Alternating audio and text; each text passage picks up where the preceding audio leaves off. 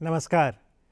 सन 2020 में कोविड-19 की पहली लहर, 2021 में डेल्टा वेरिएंट दूसरी लहर और नए साल 2022 में ओमिक्रॉन का आगमन, जिसे विश्व स्वास्थ्य संगठन ने वेरिएंट ऑफ कंसर्न कहा है। और इसलिए बहुत ज़रूरी है कि हम सजग वातावरण बनाए रखें, कोरोना अनुरूप व्यवहार का पालन करें और सही जानकारी हम तक पहुँचे।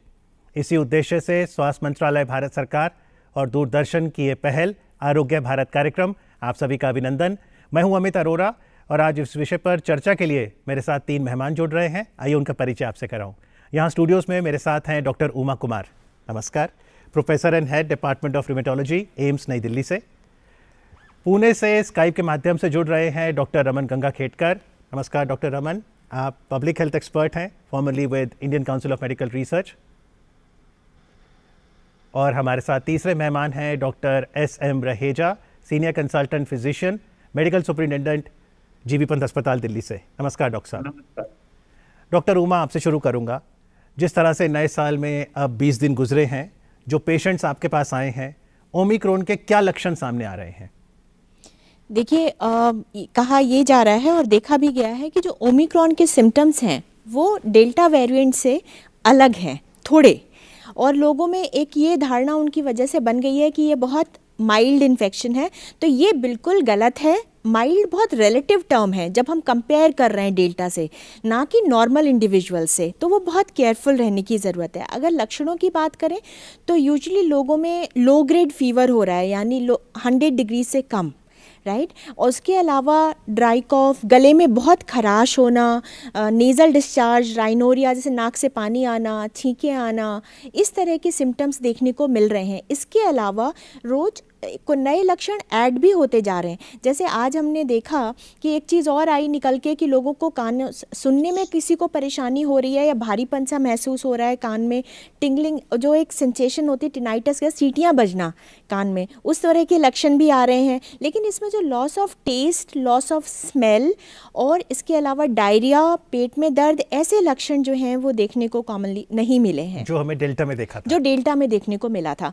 लेकिन और इसका जो बुखार है वो भी 2-3 दिन में ठीक हो जा रहा है।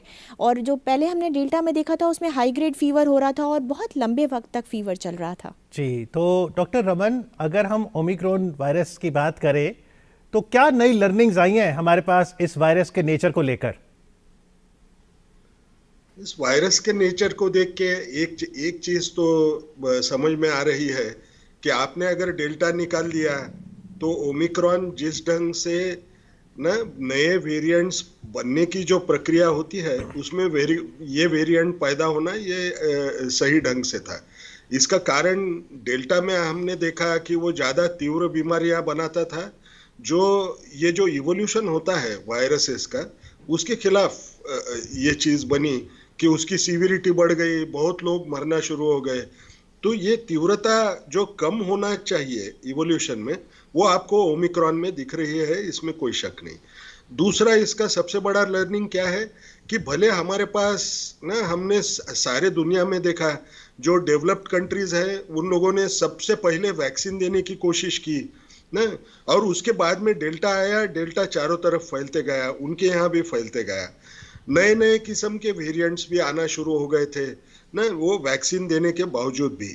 अभी आपने अगर देखा तो ये जो वेरिएंट्स आ रहे थे, ये वेरिएंट्स ये सिर्फ जहां जहां वैक्सीन का कवरेज ज्यादा था वहां से नहीं आ रहे थे जी। ये जहां वैक्सीन मिल नहीं रही थी उन जगह पे जिनका कवरेज कम था वहां से वेरिएंट्स पैदा हुए। इसका दूसरा मायना क्या है कि भले हम सिर्फ वैक्सीन देके सुरक्षित महसूस करें तो भी हम पूरे सुरक्षित हो नहीं सकते जब तक दुनिया में सब देशों में सब लोगों को हम ये वैक्सीन के बेसिक डोसेजेस जल्द से जल्द नहीं पहुंचाएंगे। नए नए सिरे से वेरिएंट आएंगे। तीसरी बात हमारे एक समझ में आ गई कि ये विषाणु जितना हम समझते थे उससे ज्यादा चालाक है। अच्छा। हमने जो वैक्सीन बनाई उसमें हम पहले बोला करते थे 95% वो न्यू इन्फेक्शंस को रोक पाएगी, 90% जो न्यू इन्फेक्शंस होते हैं उसको वैक्सीन देके एक्स वैक्सीन रोक पाएगी।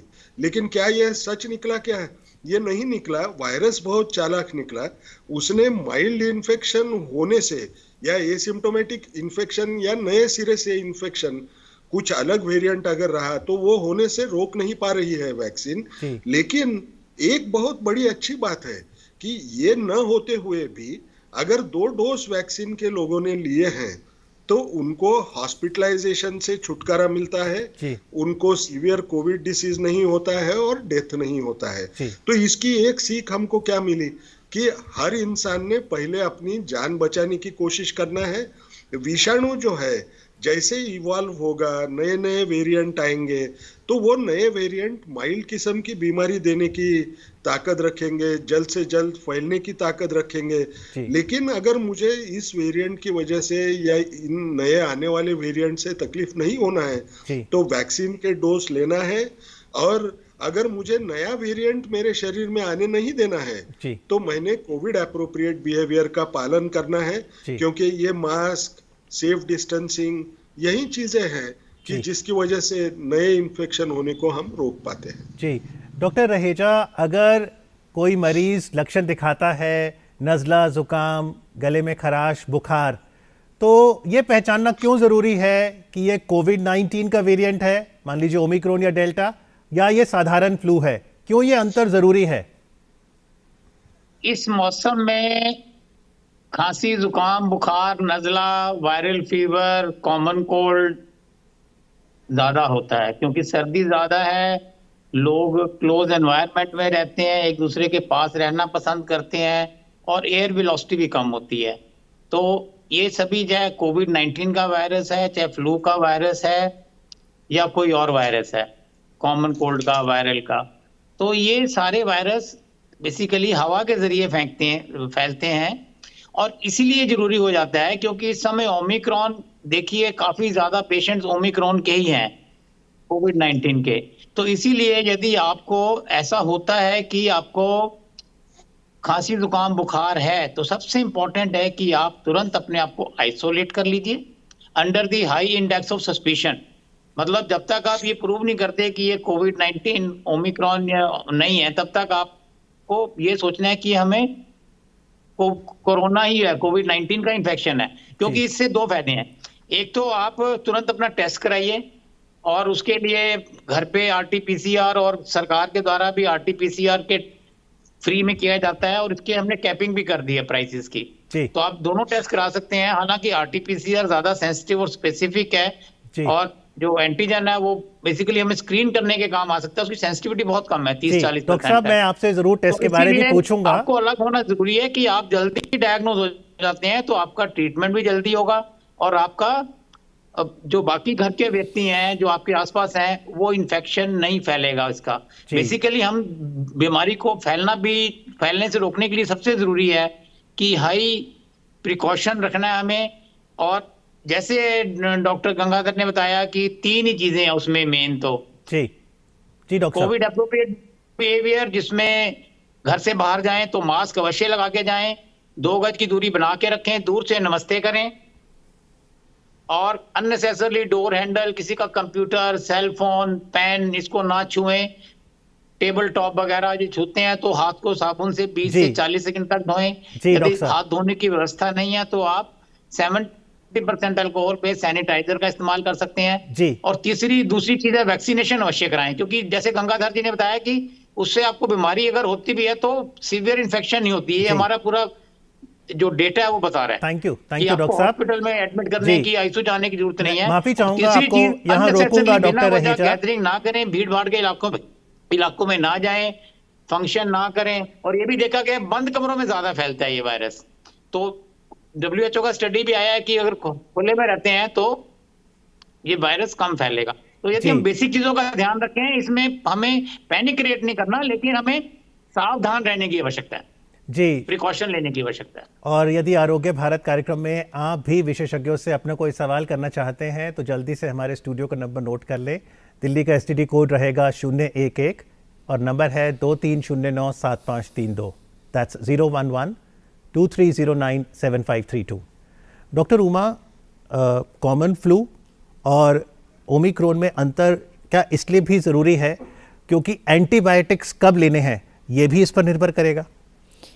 नहीं, देखिए ज़रूरी तो ज़्यादा है, इसलिए है कि आज इस दौरान में हम पैंडेमिक से गुजर रहे हैं, तो जो भी सिम्टोमेटिक है वो अपने आप को टेस्ट कराएं, ये पता करने के लिए कि कोविड तो नहीं है, क्योंकि कोविड की जो ट्रांसमिसिबिलिटी है वो बहुत ज़्यादा है। उससे जो वनरेबल पॉपुलेशन है, जो एल्डरली हमारे पेरेंट्स हैं घर में, जो छोटे बच्चे हैं, जैसे इसमें देखा जा रहा है ओमिक्रॉन में बच्चे भी बहुत ज़्यादा प्रभावित हो रहे हैं, तो वो आप अपने आप को आइसोलेट कर सकते हैं। जहाँ तक बात आती है एंटीबायोटिक की, तो एंटीबायोटिक्स का कोई रोल नहीं है। सेल्फ लिमिटेड वायरल इन्फेक्शन में एंटीबायोटिक्स का कोई रोल नहीं है, लेकिन और ना ही अभी मैं ओमिक्रॉन की बात कर रही हूँ, ना ही एंटीवायरल्स का कोई रोल है, कोई एस्टेब्लिश थेरेपी नहीं है।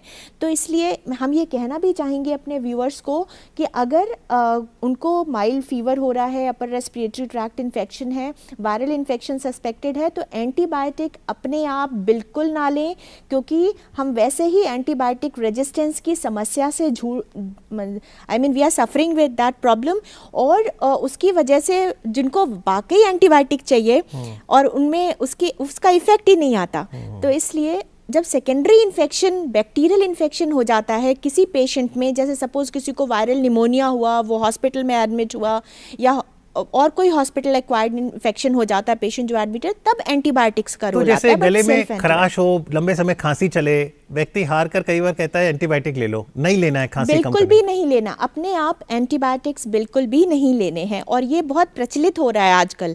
देखें प्रेस्क्रिप्शंस भी, तो अगर सॉर थ्रोट से भी कोई पेशेंट जा रहा है तो इमीडिएटली उसको एंटीबायोटिक्स प्रेस्क्राइब किए जा रहे हैं। वो तो एक तो ये ज़रूरत है जानने की क्यों डिफरेंट है दोनों चीज़ें।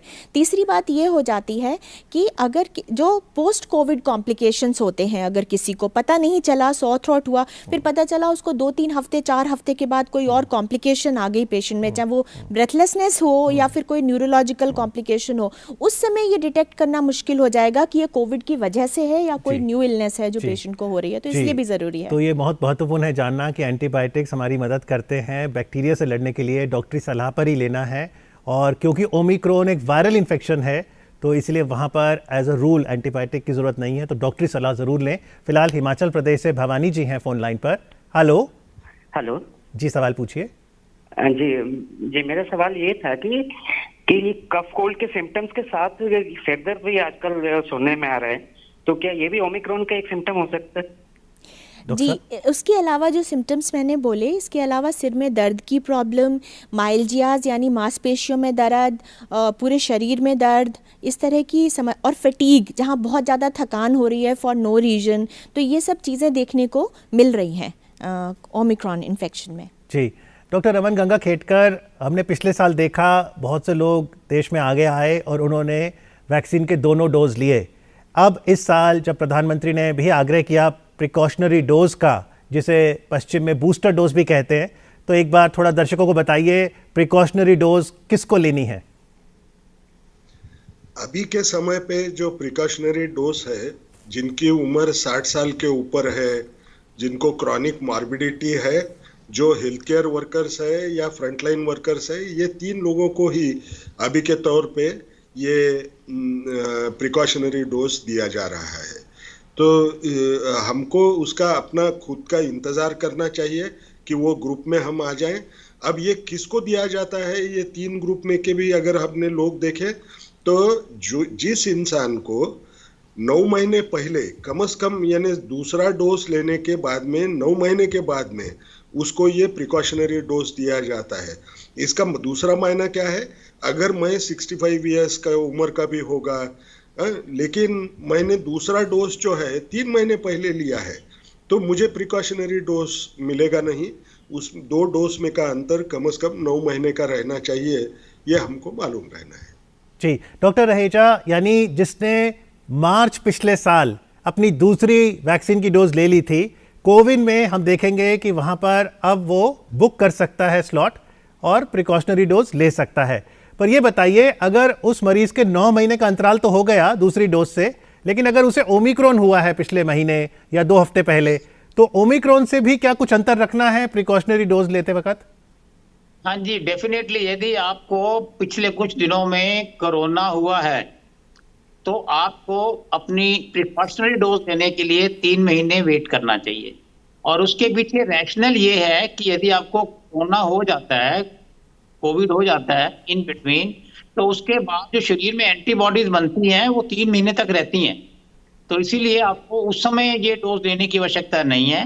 लेकिन आप देखेंगे कि सभी को जिनका 9 महीने पूरे हो गए हैं, जिनकी आयु 60 साल से अधिक है, जो जिनको कोमॉर्बिड कंडीशंस हैं, हेल्थ केयर वर्कर हैं, फ्रंटलाइन वर्कर्स हैं, उन सभी को मैसेज भी आ रहा है हमारी सरकार की तरफ से, भारत सरकार की तरफ से भी, आपका नेक्स्ट प्रिकॉशनरी डोज ड्यू है। मुझे भी मतलब हमें इतना, हम सेंटर में भी ये देख रहे हैं कि पेशेंट अपने सेल फोन से हमें मैसेज दिखाते हैं कि मेरे को मैसेज आया है, तो हम उसको तुरंत अपने सेंटर में नेक्स्ट डोज दे देते हैं। और ये बड़ी खुशी की बात है कि बहुत बढ़ चढ़ के लोगों ने इसमें बेनिफिट उठा रहे हैं। और 15 साल से 18 साल के बच्चे हैं, वो भी बहुत एंथुसियास्टिक हैं, वो भी बहुत कहते हैं ना कि उत्सुक थे, और उन्होंने बहुत तेजी से अपनी वैक्सीनेशन कराई है। हम अपने सेक्टर में देखते हैं और ओवरऑल डेटा भी ये सजेस्ट करता है। तो 60 साल से अधिक जो व्यक्ति हैं, जिनको कोमॉर्बिड कंडीशन है, ब्लड प्रेशर हाई रहता है, हार्ट की बीमारी है, क्रॉनिक लंग डिसीज है, लंग्स की बीमारी है, ट्यूबरक्लोसिस भी अब हाई रिस्क कैटेगरी में आ गया है, क्रॉनिक लिवर डिसीज है, क्रॉनिक किडनी डिसीज है, जो इम्यूनोस्प्रेसेंट्स ले रहे हैं, स्टेरॉइड्स ले रहे हैं जिससे इम्यूनिटी कम होती है, जो बहुत ओबीज हैं, जो डायबिटिक्स हैं। जी डॉक्टर साहब, तो ऐसे व्यक्तियों के प्रिकॉशनरी डोज इस समय लेना चाहिए, क्योंकि साइंटिफिक डेटा बताता है कि हमने जो सेकंड डोज लिया है 9 महीने पहले, उसके अप्रोक्सीमेटली 6 से 9 महीने में हमारी एंटीबॉडी कम होनी शुरू हो जाती है। जी डॉक्टर साहब, और ये भी देखा गया कि ये जो हाई रिस्क कैटेगरी है, इनके अंदर एक तो कोरोना होने के चांसेस ज्यादा हैं, और यदि कोरोना का इन्फेक्शन हो जाता है तो इनमें सीरियस इन्फेक्शन होने के चांसेस ज्यादा है, आईसीयू एडमिशन, हॉस्पिटल एडमिशन ज्यादा होता है, और कॉलर है ज्यादा होता है। तो इसीलिए सरकार ने बहुत ही मतलब सोच समझ के ये कदम उठाया है, और हम सभी को इसका लाभ उठाना चाहिए। और थैंक यू डॉक्टर रहेजा। एक कॉलर है, पहले उनका प्रश्न ले लेते हैं। अरुण जी हैं महाराष्ट्र से। हेलो। हेलो जी, सवाल पूछिए। हाँ जी सर, मैं सवाल पूछना चाहता हूँ। पूछिए। जैसे जो ये बूस्टर डोज है, जैसे मैंने बूस्टर डोज कोवैक्सीन के ले लिया है मैंने, हाँ जी, तो नेक्स्ट डोज कोविशील्ड के ले सकता हूँ क्या, जैसे बदल जी के? जी, शुक्रिया डॉक्टर उमा। अगर पहले 2 वैक्सीन के डोज कोवैक्सीन के लगे हैं, तो प्रिकॉशनरी डोज भी क्या कोवैक्सीन ही लेनी है? जी बिल्कुल, जो पहली 2 डोजेज ली हैं या 1 डोज किसी ने ली है, सेकंड डोज ले रहा है, तो उसको सेम वैक्सीन लेनी है। वैक्सीन मिक्स एंड मैच नहीं करना है, बिल्कुल नहीं करना है। लेकिन एक चीज़ मैं ये कहना चाहूँगी यहाँ पर कि कुछ ऐसे स्टडीज़ आए और आ रहे हैं जिसमें ये देखा गया कि जहाँ मिक्स एंड मैच किया गया, वहाँ पे जो एंटीबॉडीज़ थे वो ज़्यादा बने। लेकिन मैं एक चीज़ बहुत एम्फसाइज करना चाहूँगी कि हर दिन हजारों की मात्रा में पब्लिकेशंस आ रहे हैं, जहाँ छोटी सी भी कोई स्टडी होती है वो तुरंत पब्लिश हो रही है, चाहे वो पीयर रिव्यू नहीं हो पा रही है, जो कि पॉसिबल नहीं है इतनी जल्दी होना। तो इसलिए सारी इन्फॉर्मेशन स्प्रेड हो रही है, वो ज़रूरी है जिससे कि कोई डिसीजन किसी बारे में बनाया जा सके। लेकिन आज की डेट में इंडिया में दिस इज़ नॉट रिकमेंडेड। हमें जो पहले वैक्सीन मिले हैं वही प्रिकॉशनरी डोज लेनी है। पर डॉक्टर रमन गंगाखेडकर, ऐसे भी कई केसेस सामने आए हैं कि मान लीजिए कोई व्यक्ति था और अमेरिका में उसने 2 डोज फाइजर के ले लिए या किसी विदेशी वैक्सीन के ले लिए, अब वो व्यक्ति भारत में वापस आ गया, वो भारतीय व्यक्ति, तो अब अगर उसे फाइजर ही लेनी है और अगर वो वैक्सीन यहाँ उपलब्ध ना हो तो वो भारतीय क्या करे? नहीं, उसको तो फाइजर मिलेगी नहीं ना। उसको अगर लेना ही है तो तीसरा डोज हमारे देश में जो मिल रहा है वो वैक्सीन लेना पड़ेगा। एक चीज थोड़ी सी क्लैरिफाई करता हूँ।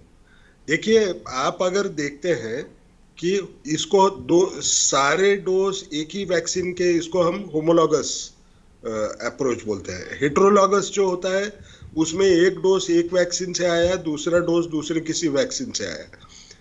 इसमें भले एंटीबॉडीज बढ़ते हैं, लेकिन इसका मायना, उसका असर हमको पेशेंट आउटकम्स में उतना दिखेगा, और कितना ज़्यादा फर्क पड़ेगा अगर दोनों मिक्स करके रहें, उसके लिए बहुत अच्छा डेटा अभी भी उपलब्ध नहीं है। आप अगर ऐसे देखें तो 3 डोज देने के बाद में ना। हम अगर एक स्कूल है, एक कुछ लोग हैं जो ऐसे सोचते हैं कि 3 डोज एक ही वैक्सीन की दिए तो उसका ब्रेड्थ ना, वो रिस्पांस का उतना ही अच्छा रहता है। कुछ लोगों को ऐसे लगता है कि इससे ब्रेड्थ बढ़ेगी अगर मैं मिक्स एंड मैच करूं। जब तक इसके बारे में ऐसा कोई ठोस सबूत नहीं आता है कि मैंने अगर 2 अलग अलग वैक्सीन एक साथ अगर दिए तो उससे बहुत बड़ा फायदा होगा, तब तक हमको ये 3 डोज एक ही वैक्सीन के लेना हमारे लिए अच्छा है। और दूसरी सबसे बड़ी बात, हमको अगर वैक्सीन लोगों को देना है तो हमको एक पता है 90% लोगों को तो कोविशील्ड मिल चुकी है। अगर हमने सोचा कि हेट्रोलॉगस यानी दूसरी वैक्सीन उसको देनी चाहिए तो हमको कोवैक्सीन देना पड़ेगा।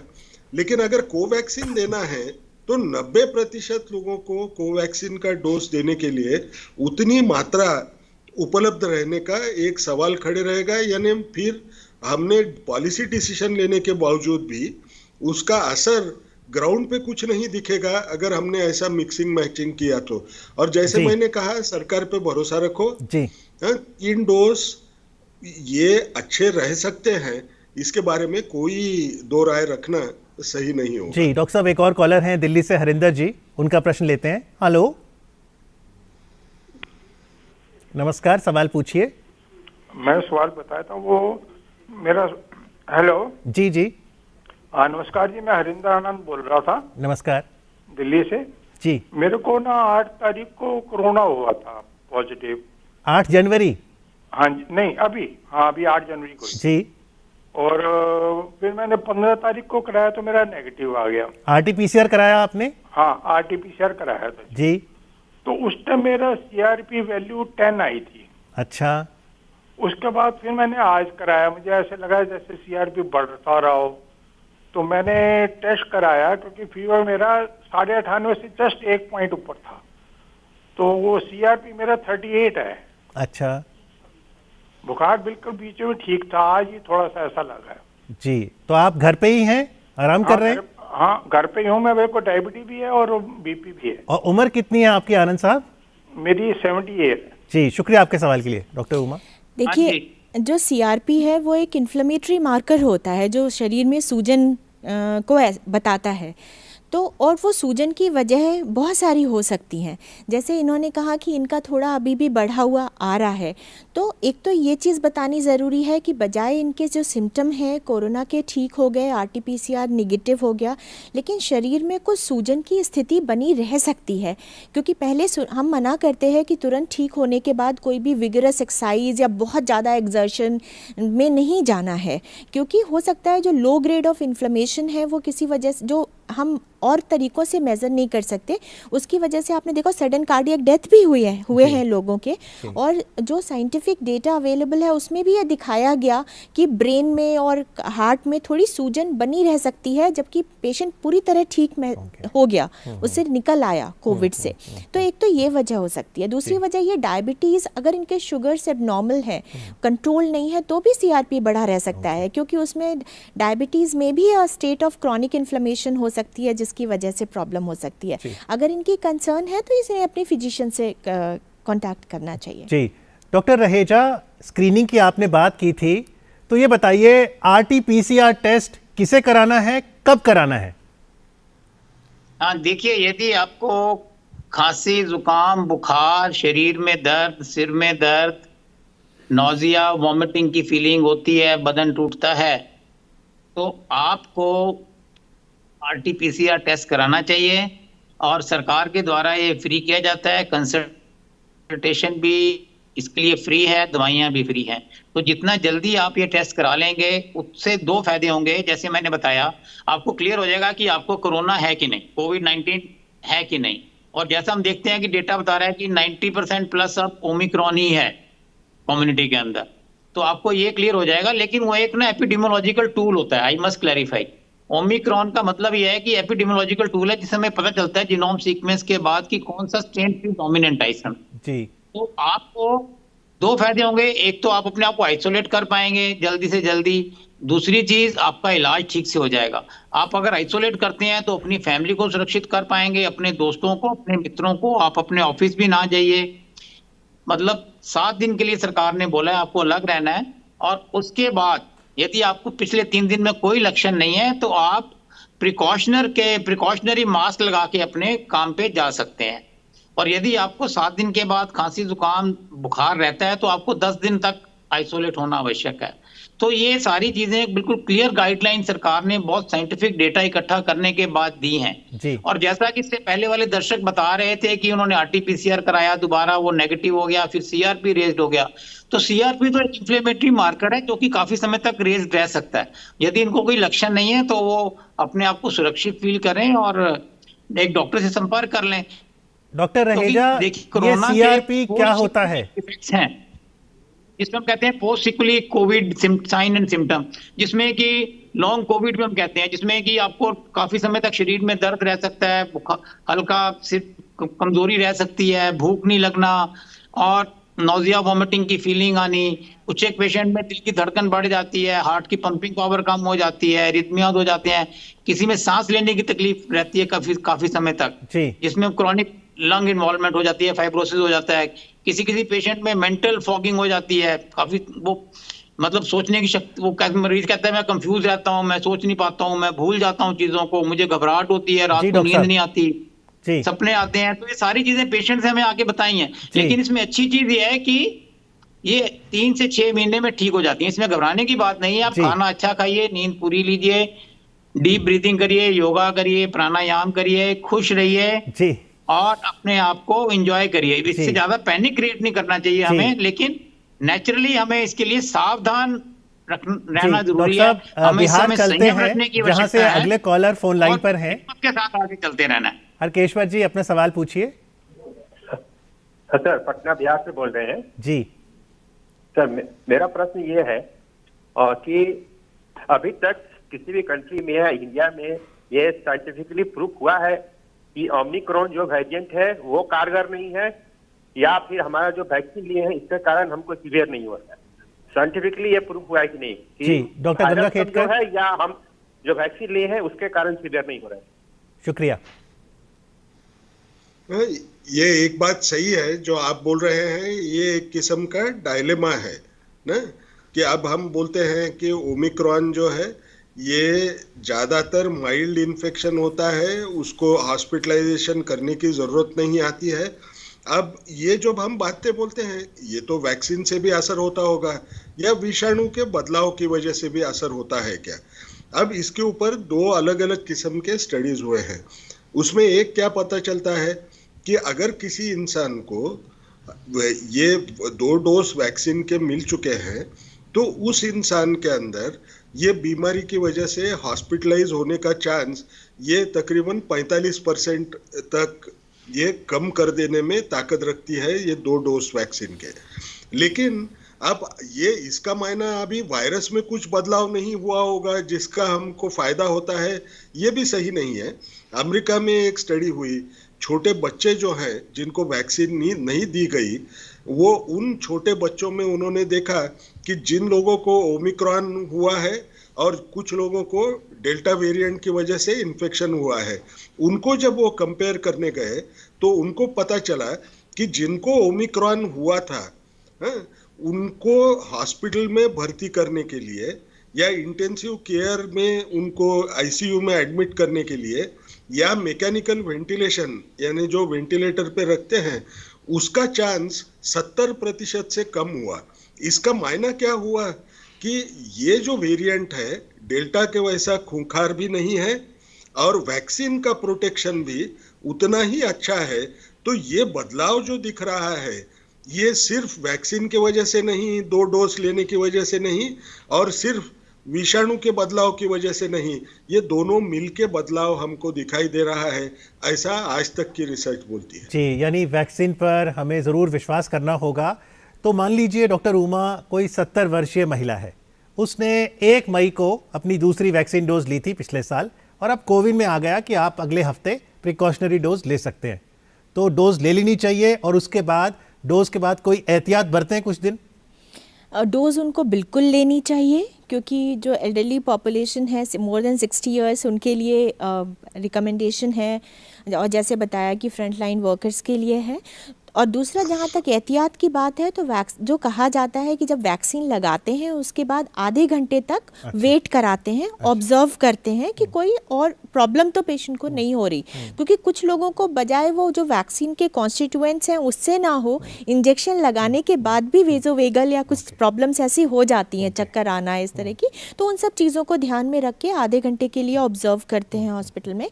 फिर जब पेशेंट घर जाता है तो ये हो सकता है कि उसको फीवर हो जाए लो ग्रेड, या फिर थोड़े पेन्स एंड एक्स हो जाएं, तो ये बहुत नॉर्मल सी बात है जो से 2 तो 3 दिन में ठीक हो जाता है। तो मान लीजिए अगर सीनियर सिटीजन ने प्रिकॉशनरी डोज ली, कई बार होता है जी दांत बनवाने हैं, कई बार होता है जी कोई और भी ट्रीटमेंट, वो डेफर कर दे या डोज का उसका कोई लेना देना नहीं?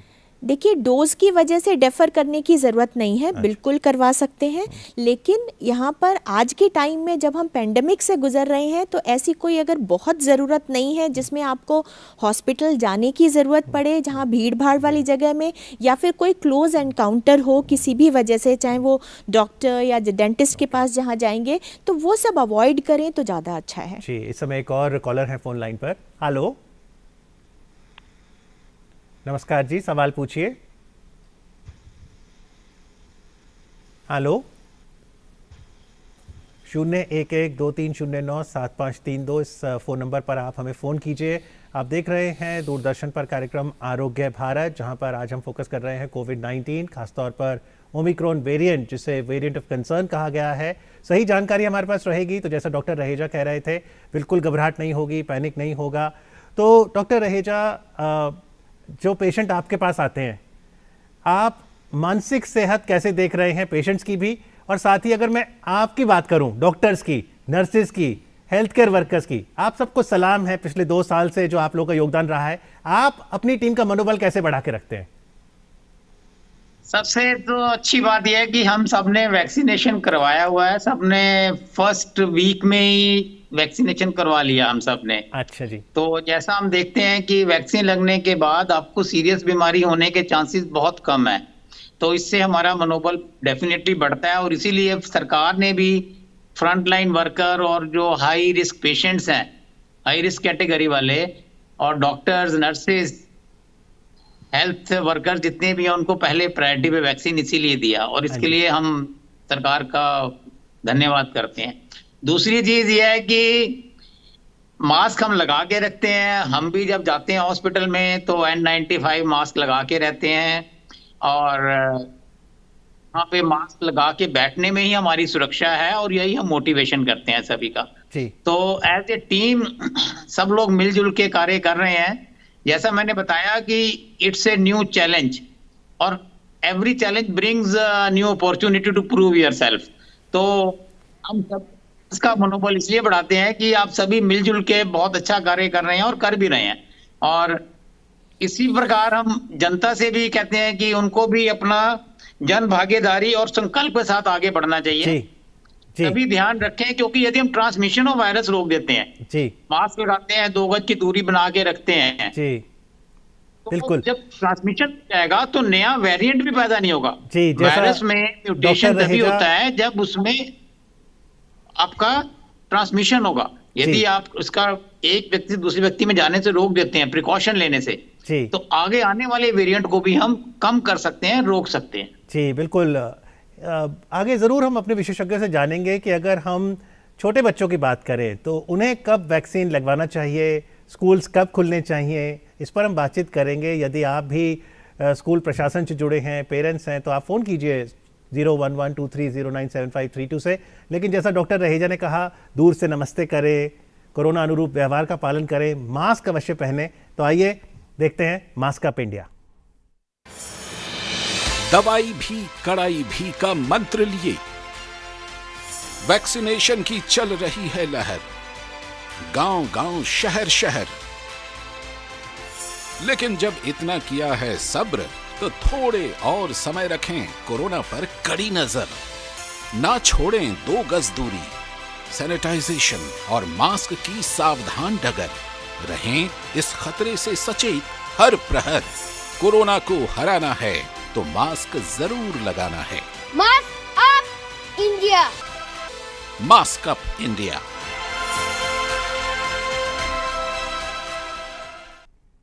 ये देखिए, हमने भी यहाँ पर स्टूडियोज़ पे मास्क लगाए हुए हैं। ये एक सोशल वैक्सीन है, तो मास्क ज़रूर लगाएं। और मास्क, डॉक्टर उमा, ज़रूरी है कि ठीक तरीके से भी लगाएं। बहुत ज़रूरी है, क्योंकि हमारा मकसद क्या है मास्क लगाने का, कि बाहर की जो हवा है वो हम तक ना पहुँचे बिना छने हुए, राइट। तो उसके लिए अगर देखा होगा कि कुछ लोग जो है मास्क को अपनी ठुड्डी पे लगाए रहते हैं, उनकी नोज़ खुली हुई है नीचे हुआ, तो और that gives false sense of protection, उससे कोई प्रोटेक्शन नहीं होती। तो मास्क ऐसे लगाना है कि पूरा बिल्कुल नाक के ऊपर से, साइड से बिल्कुल हवा अंदर ना ब्रीद करें आप बाहर की। और एक पता भी ये कर सकते हैं, जब आप ब्रीद इन कर रहे हैं, सांस अंदर ले रहे हैं, तो जो आपका मास्क है वो अंदर को जाना चाहिए, दोनों तरफ से वैक्यूम क्रिएट होता है, उसकी वजह से वो अंदर जाएगा, तो पता चलता है कि वो प्रॉपरली लगा हुआ है। जी बिल्कुल। और मास्क इसलिए भी ज़रूर पहने क्योंकि ये हमारा सामाजिक दायित्व है। मैं ये ना सोचूं कि मैं तो बलशाली हूँ, मैं मास्क नहीं पहनूंगा, मुझे कोविड नहीं होगा, लेकिन क्या पता मैं एसिम्प्टोमेटिक हूँ, तो मेरा सामाजिक दायित्व भी है कि मैं मास्क ज़रूर पहनूँ। फिलहाल राजस्थान से प्रधान झा हैं फ़ोन लाइन पर। हेलो जी सर। जी नमस्कार, प्रश्न पूछें।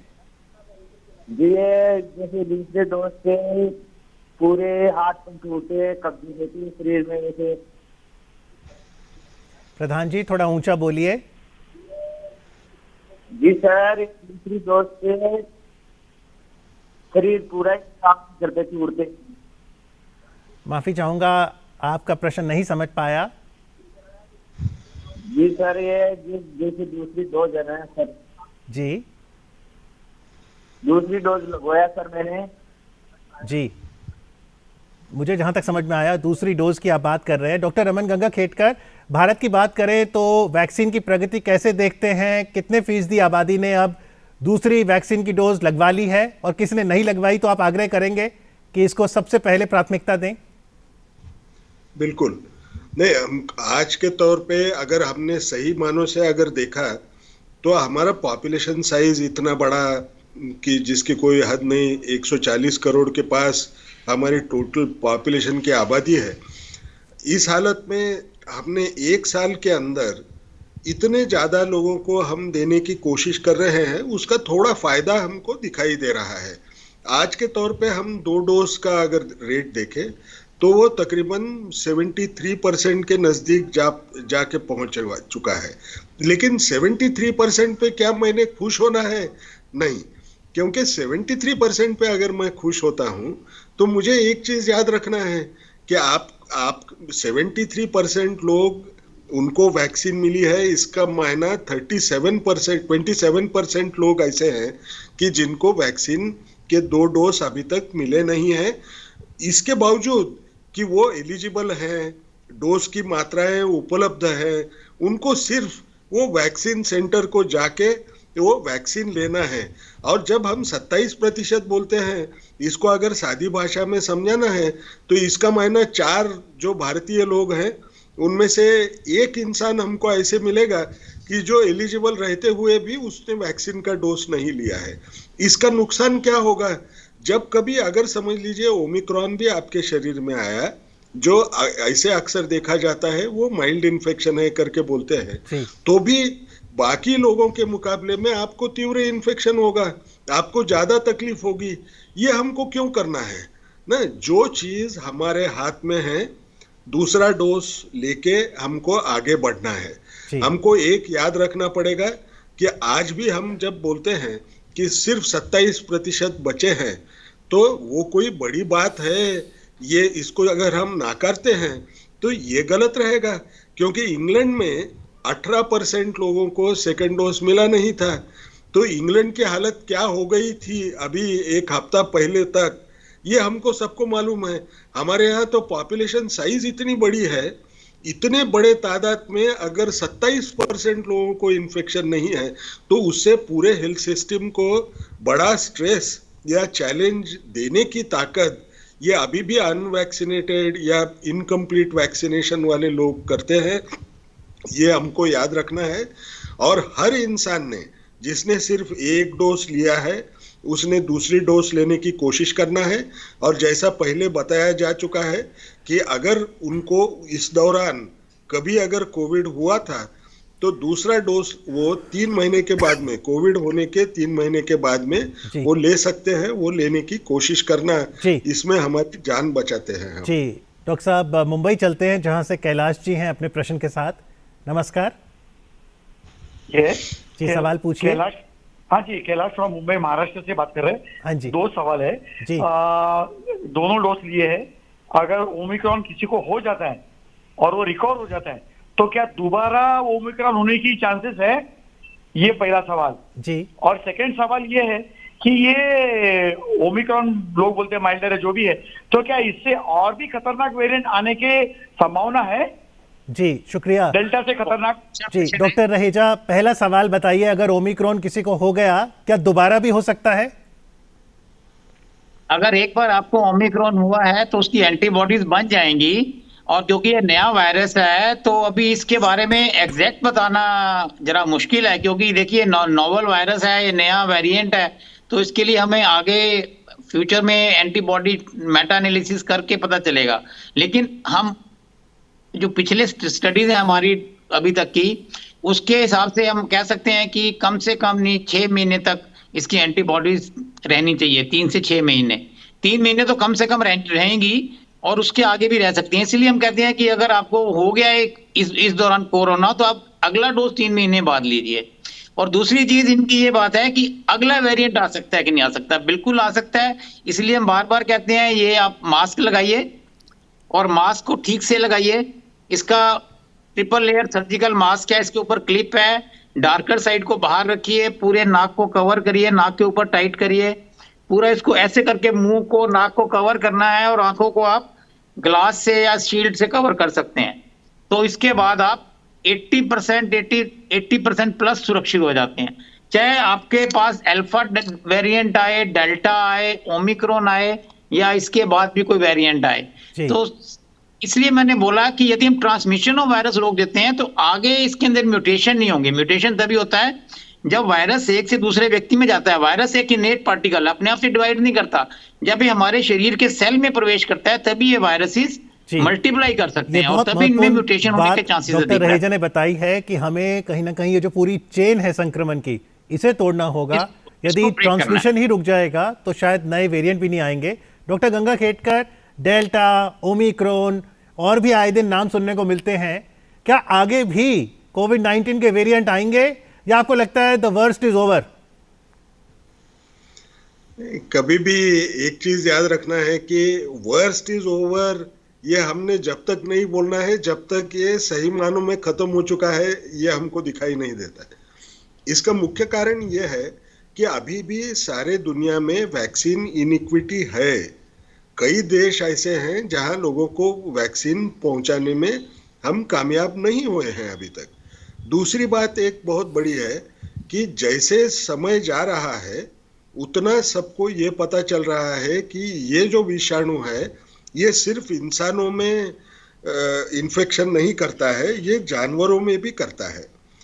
तो अभी जैसा ओमिक्रॉन है, ओमिक्रॉन के बारे में एक चर्चा काफी चल रही है, नए नए एविडेंसेस आ रहे हैं कि शायद ये जो माउस होता है, माउस यानी चूहा जो होता है, वो चूहे में इंसान ने चूहे को दिया, चूहे ने फिर इंसान को दिया, ऐसे करते रहने की वजह से शायद इस किस्म का वेरिएंट पैदा हुआ।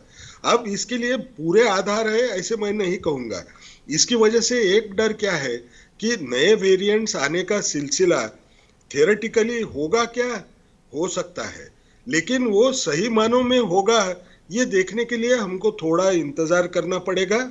और एक तो उम्मीद हमको रखना पड़ेगा कि जहाँ तक हमारी उम्मीद रहे इसके बाद में कोई नया वेरिएंट न आए, लेकिन नया वेरिएंट आया भी तो भी मैंने खबरदारी क्या रखना है कि आज नया वेरिएंट दिखे या न दिखे, मैं मास्क पहनना भूलूंगा नहीं। भले ये ओमिक्रॉन की वजह से सारे लोगों को इन्फेक्शन हुआ ये भी पता चले तो भी मैं वो छोड़ूंगा नहीं। जी डॉक्टर साहब, सिटी ऑफ जॉय कोलकाता चलते हैं जहां से देव ज्योति हैं फोन लाइन पर। हेलो। यस, सवाल पूछिए। मेरा सवाल ये है कि मेरे जो एक बेटी है 15 साल की उम्र, उनको एक डॉग बाइट हुआ था जी, तो उसके लिए उसको एंटी रेबीज इंजेक्शन लगा था जी उसका 2 महीना हो गया है उसके लिए। जी। अभी क्या हम कोरोना का वैक्सीन ले सकते हैं कि नहीं, उसको जानना था। जी डॉक्टर उमा। नहीं, बिल्कुल ले सकते हैं, कोरोना की वैक्सीन ले सकते हैं और कोई उसमें इनको डिले करने की ज़रूरत नहीं एंटी है। रेबीज का ले चुके हैं ऑलरेडी, एंटी रेबीज जी। ले चुके हैं वैक्सीन, और जो कोरोना की वैक्सीन है जी। वो किल्ड वायरस है, जी। राइट, तो उसमें कोई खतरा नहीं है, वो ली जा सकते हैं। जी, तो वो स्कूल वाले प्रश्न पे आते हैं। बहुत समय हो गया, बच्चे घर पर हैं, ऑनलाइन क्लासेस कर रहे हैं, टीचर भी चाहते हैं बच्चों को देखें, बच्चे भी अब बोर हो गए और स्कूल जाना चाहते हैं। दिल्ली की बात करें या किसी भी जगह जहाँ पर अब केसेस थोड़े कम होने लगे हैं, कब तक स्कूल्स खोल सकते हैं हम लोग? देखिए, बहुत स्ट्रेटेजिकली ये जो 15 to 18 ईयर्स को वैक्सीनेशन का प्रायोरिटी दिया है, वो यही सोच के दिया गया है कि ये जो पॉपुलेशन है वो सबसे ज़्यादा घर से बाहर जाती है, बाहर आउटडोर्स रहते हैं, और ये वो है जो बोर्ड एग्ज़ाम्स और वो 10th to 12th की बात करें वो पॉपुलेशन है।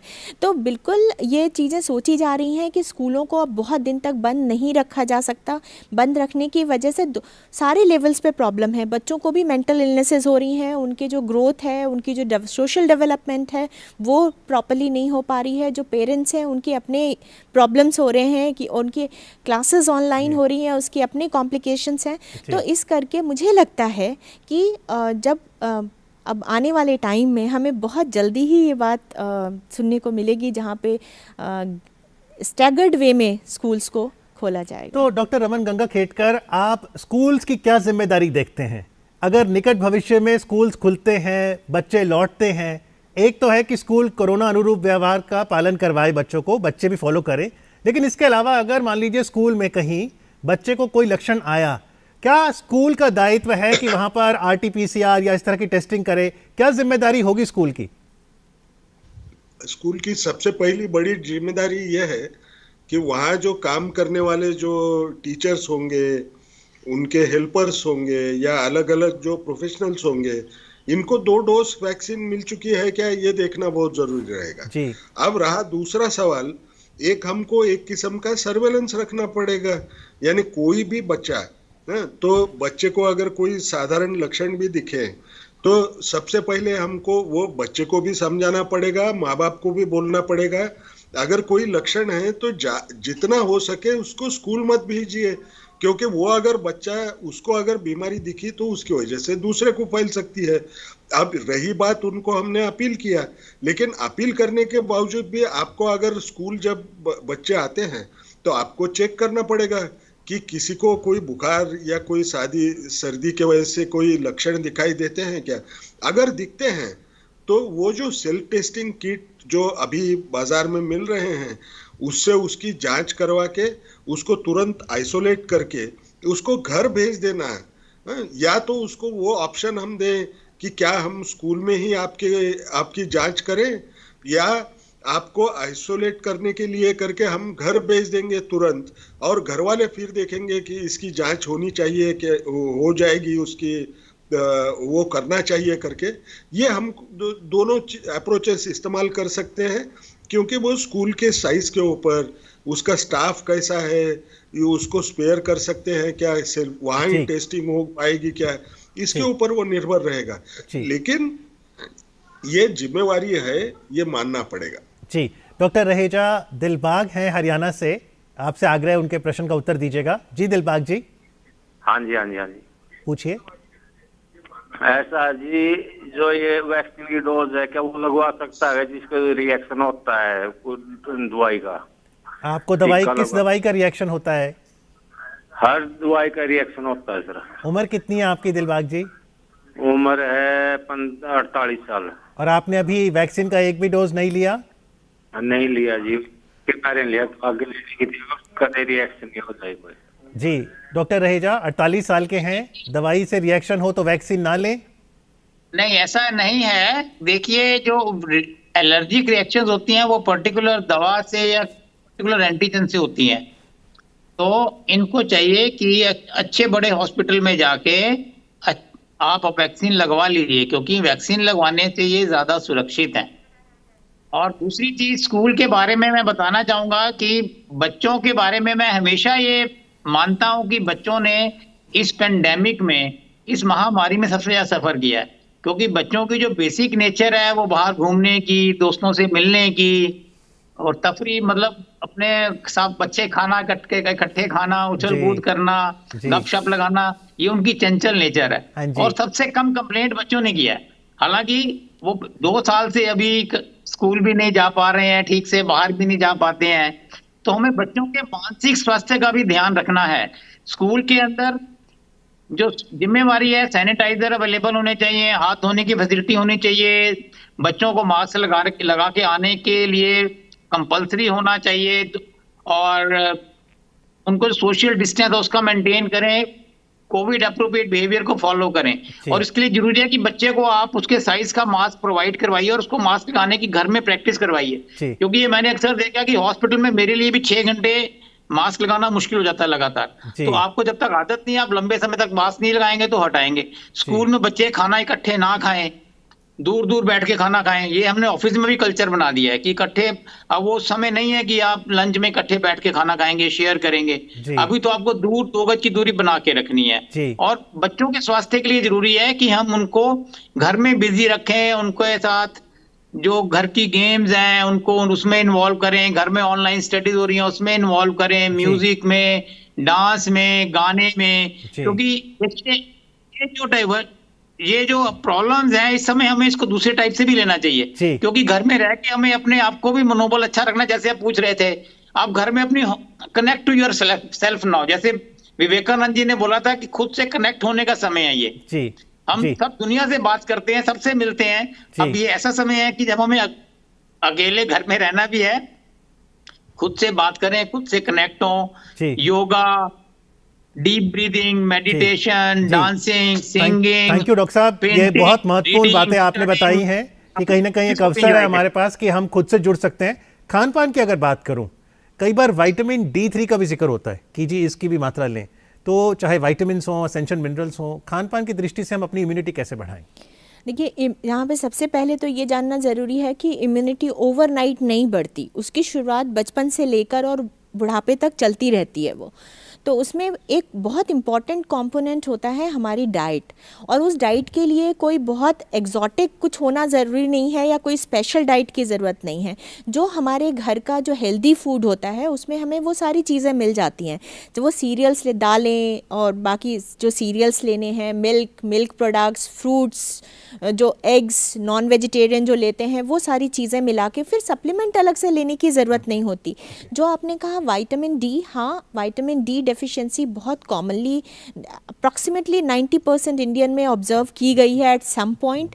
और विटामिन D बहुत इम्पॉर्टेंट होती है even for maintaining our immune system.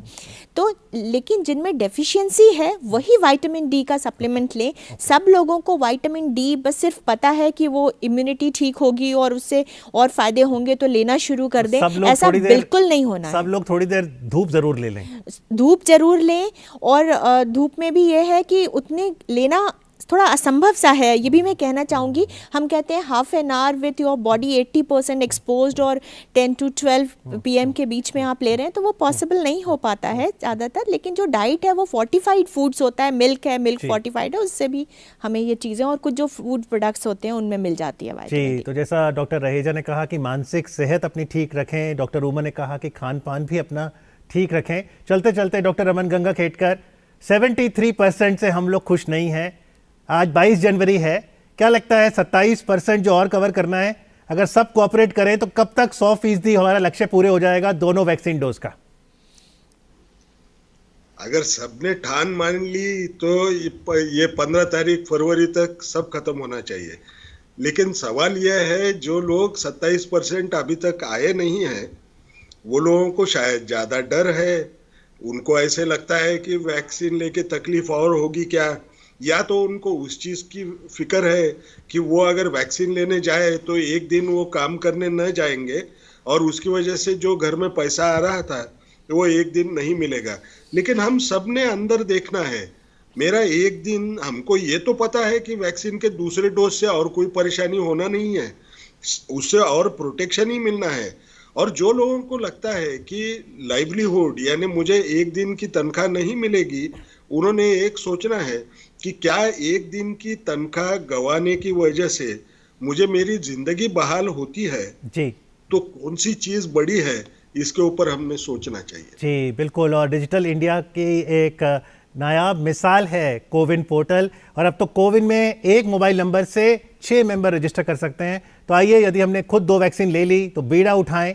जो 27% हैं जिन्होंने नहीं ली, उन्हें भी जागृत करें, और जो लोग प्रिकॉशनरी डोज के लिए अब एलिजिबल हो गए उनको भी हम प्रेरित करें, ताकि वैक्सीन भी हम लगवाएं।